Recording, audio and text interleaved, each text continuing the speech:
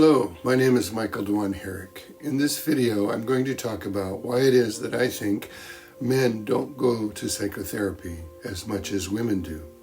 If you're a man and you've been told by your wife or your girlfriend or somebody else that you need to go to therapy and yet you don't want to go, I hope to describe to you why it is that you may have reservations. And if you're a woman and you'd like your man, whether husband or boyfriend or friend, to go to therapy and he's not going, I hope to help you understand what it is about therapy that gives him reservations. First, I want to be clear about something before I launch into my discussion of this. I don't think that men and women fall into homogeneous groups. What I'm going to be talking about is men and women and femininity and masculinity. But it's clear that not all men are all masculine and not all women are all feminine. We tend to exist on a kind of a continuum of a mix of both qualities, whether you're a man or a woman. That being said, I do think that most men tend to be more masculine and most women tend to be more feminine. Another thing I want to be clear about is that I do not place a greater value on masculinity or femininity. I think they're very different qualities and traits, but they have equal value, and we need both of them, both at large for our world, but some mix of those in each of us as individuals. Perhaps this is obvious, and you didn't need to hear me say that, but I did want to say it just to be clear. There's a lot of confusion and unnecessary disagreements that can come up by not being clear about these things in the beginning. Before talking about why men don't go to therapy, I think it's important to stop and acknowledge why it is that many feel that men should go to therapy. Men clearly do suffer with mental health issues. 8 out of every 10 suicides is committed by a man. Statistically, it's shown that women report more anxiety and more depression. It's interesting, however, that men don't report these things, and it might be easy to assume, therefore, they don't suffer from these things as much. But I believe the suicide statistics suggest that something's going on. And in my practice, as far as I can tell, men suffer just as much from anxiety and depression as women. They just have a more difficult time talking about it. I've heard one explanation for the greater rate at which men succeed at killing themselves, and the explanation is that men tend to be more violent, and it just shows up in their suicide attempts. I think this is a totally inadequate way to understand this. I think men kill themselves because they intend to kill themselves. And they intend to kill themselves because they see no way out. And the reason they see no way out is they don't feel they can reveal their troubles to others. I believe that women's suicide attempts are less lethal because they don't have as clear an intention to actually kill themselves, by and large. Some will, of course, but by and large, it's more a plea for help. And there's an openness to help. There's an openness to talking about one's issues more readily if one is a woman. So men do suffer from mental health issues, and it's easy to understand how they could need therapy, or therapy could be useful for them. But let's examine masculinity. And you may believe you know where I'm going to go with this, that I'm going to say what you've probably heard elsewhere about masculinity and psychotherapy. But stick with me. I just may not say what you think I'm going to say. So what are the qualities of masculinity? What is it that a man will often aspire to in himself and to demonstrate to others? Strength, independence, reliability, tolerance for pain, courage in the face of danger, resourcefulness, willingness to protect and provide for others. This is a small little constellation of traits and values that I think adhere to the notion of masculinity. So why should it be so? Why should men need to be masculine in the ways that I just described? Is it arbitrary? I don't believe it's arbitrary. I believe that these are traits that evolved in time because they were adaptive. In terms of natural selection and reproduction, the male role in reproduction requires these things of him. He must be able to provide for and protect his pregnant partner and his children. And these qualities are rewarded by passing on his genes. They also become a part of what a culture will try to establish in a man, reinforce in a man. And so it's both biological, but it's also cultural. So masculinity is something that, in these qualities that I've described, are for the perpetuation of the species, in effect. These qualities in a man may help him find and maintain a mate. It may allow him to have offspring that survive. But in terms of his personal well-being, it doesn't always serve him. Sometimes it becomes an overwhelming burden, and he feels broken by it. He feels confused and weak and vulnerable and afraid. But to share this is a great risk. It seems as though it's okay for men to ask for certain kinds of practical help. But when it comes to asking for help to fix what feels broken inside, within his own identity, within his own sense of value and worth, it becomes another thing.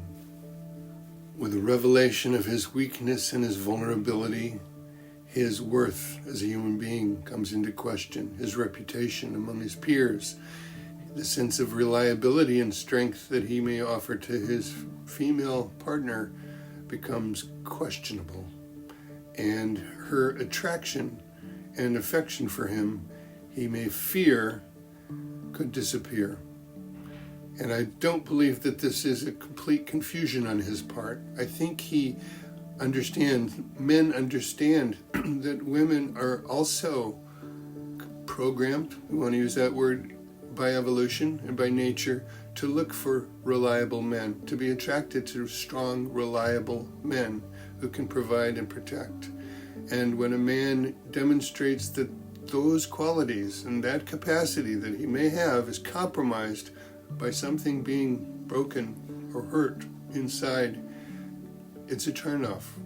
And I know that women will say, and they will genuinely aspire to be present for a man in his vulnerable hours. And I believe that some women can do this, but I think that that's the minority. And I think men don't know which ones are able to do that and which ones aren't able to do that. So in terms of revealing his vulnerability to his mate, he's quiet. But even the notion of going to a therapist to reveal this becomes a dubious idea to a man, given his masculine values. I don't blame or find fault with women at all for the way they may respond to a man who's in emotional, psychological trouble. It can provoke anxiety. It's natural. It's the way the brain is wired to have that response. A woman needs, if you're a woman, you need, if you're going to have a partner, somebody who's reliable, somebody who can show up and fix things when they're broken, including himself.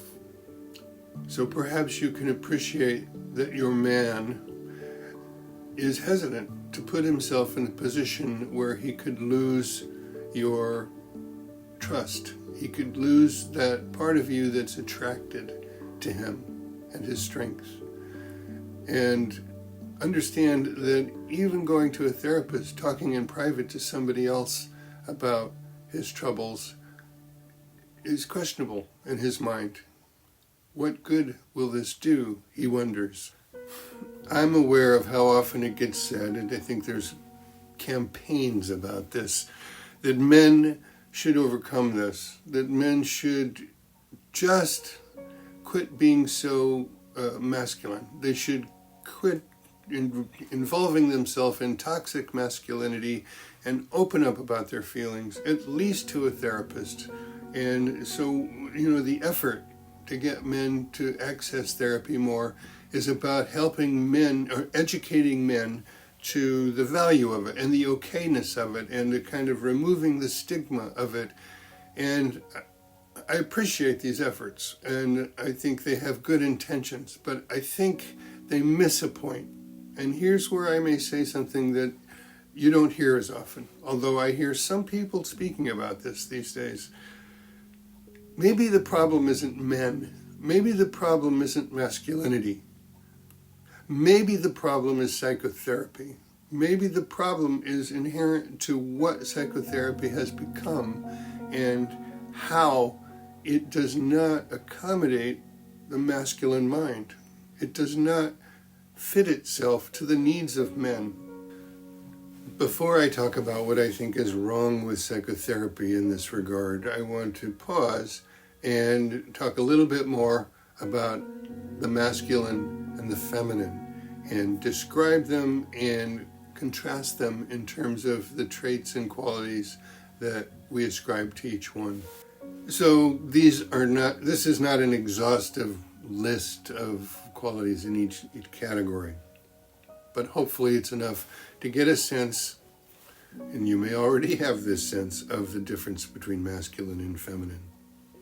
For masculinity, I would say the qualities of assertiveness, independence, ambitiousness and goal orientation, rationality, solution-focused, action-oriented, the body as a vehicle for getting things done.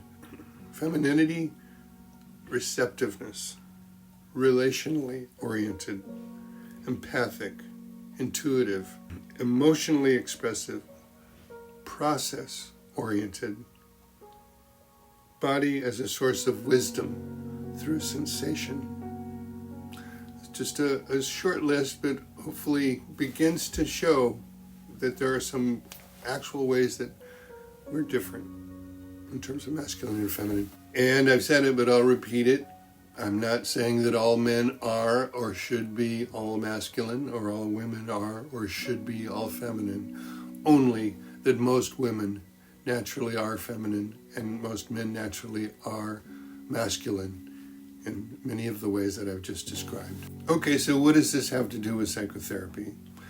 I have noticed in the psychotherapy field in recent times, and it's changed, it used to be different, but for a while now, since the 90s going forward, it's become mostly a female-dominated profession.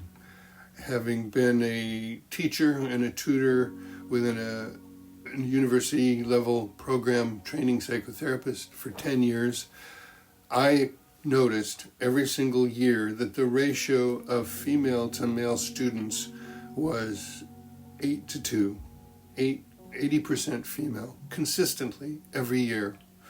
And in addition to the student body being predominantly female, the curriculum and the thrust of the program emphasized female values. It emphasized feelings over thinking.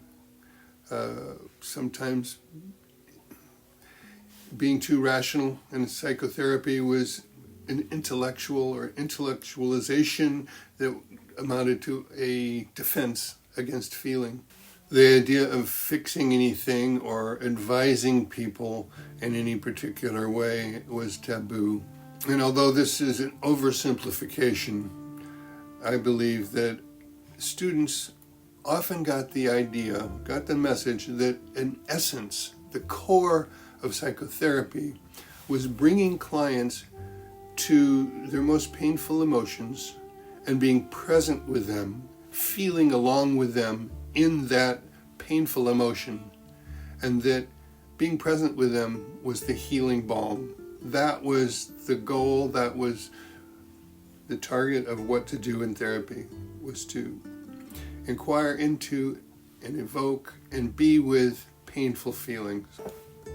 orienting therapeutic conversations around strategies and goals and behavioral changes in order to remedy or make a problem better were not always explicitly, sometimes explicitly frowned on, depends on the context. And if a therapist got overly involved in that kind of thing, it seemed to be evidence that they were resisting their own willingness to be in painful emotions, and they were resorting to some kind of fix-it expert role that would cut them off from the heart of the matter, which was the client's painful feelings. So before I say anything more, I want to say there's a place for that.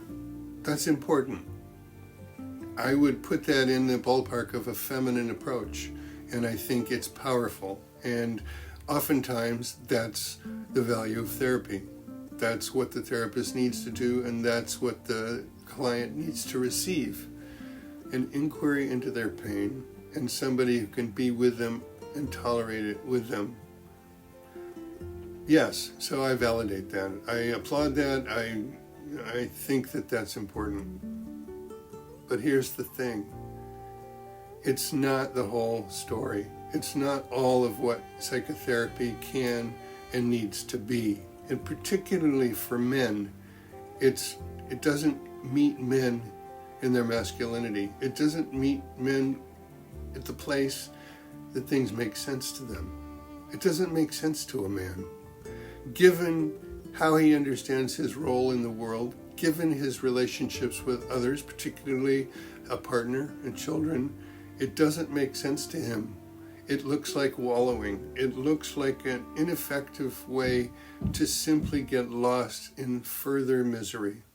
I believe if men, and I've seen it, if men can be joined in a place of, let's identify the problem, let's identify your goal, let's identify where you'd like to go, how you'd like it to be, let's set objectives, let's find some behavioral solutions for you to fix, remedy, relieve this problem, and get beyond it and begin to, or continue, get back to pursuing your life and pursuing the roles that are meaningful to you, which may be providing for a family or for others, or preparing to do that.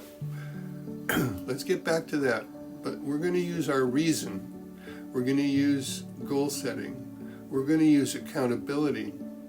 We're going to make plans, and the therapist can support you in that, support you in creating all of that, reminding you of all that, holding you accountable for all of that, and celebrating your victories, celebrating when you overcome things. If that is the way therapy can be seen, then I think a man is much more likely to engage in it. I think therapists need to be conversant, familiar with and conversant in both masculine and feminine modes of being and doing, particularly if you're working with men, because the field will prepare you. It will prepare people to work in the feminine mode. If it hasn't prepared you to work in a masculine mode, you may need to look into that if you want to work with men. In my practice, I advertise as both a psychotherapist and a life coach. And what I find is that for some, although they might think they need psychotherapy, they'll ask for life coaching. And one way to understand that is that they just want life coaching and not psychotherapy, but sometimes it's a way to avoid the stigma. I think it's a lot more acceptable for men to have a coach. They're used to that through athletics and not as used to having a therapist. So I think it's avoiding the stigma, but I also think that the methods and the strategies of coaching are more aligned with a masculine sensibility. And here's the thing.